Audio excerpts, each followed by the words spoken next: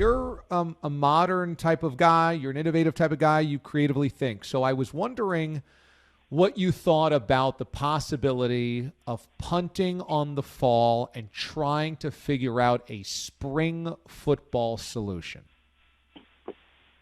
Yeah, look, I think where my head at, and I really got this from Coach Carroll when I was coaching at SC with him. It's like you're always expecting something great to happen next. So, living in a world of optimism. So to me, right now, it's can communities and programs, as we just talked about, do their job and flatten the curve, right? I mean, I read yesterday, I think it's the governor of Mississippi, like everyone needs to wear a mask away football, even though it's one of the hardest things to do for him. And I'm paraphrasing. Like, it's not that hard, man.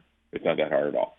Like, if we can just kind of do our role, then maybe we can play if it's safe. But if not, it's not going to be worth the risk to anybody. From university presidents, I've talked to head coaches that have said, we're not putting our players in harm's way if this thing is not under control in our community and within our respective conference and looking at our respective schedule.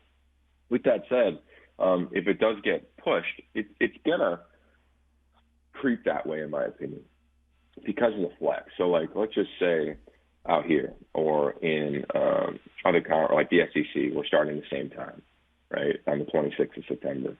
You really got to make a call probably like 3 weeks from now, I think, regarding the first week, maybe another week because you got a week or two to push on the far back end to flex it.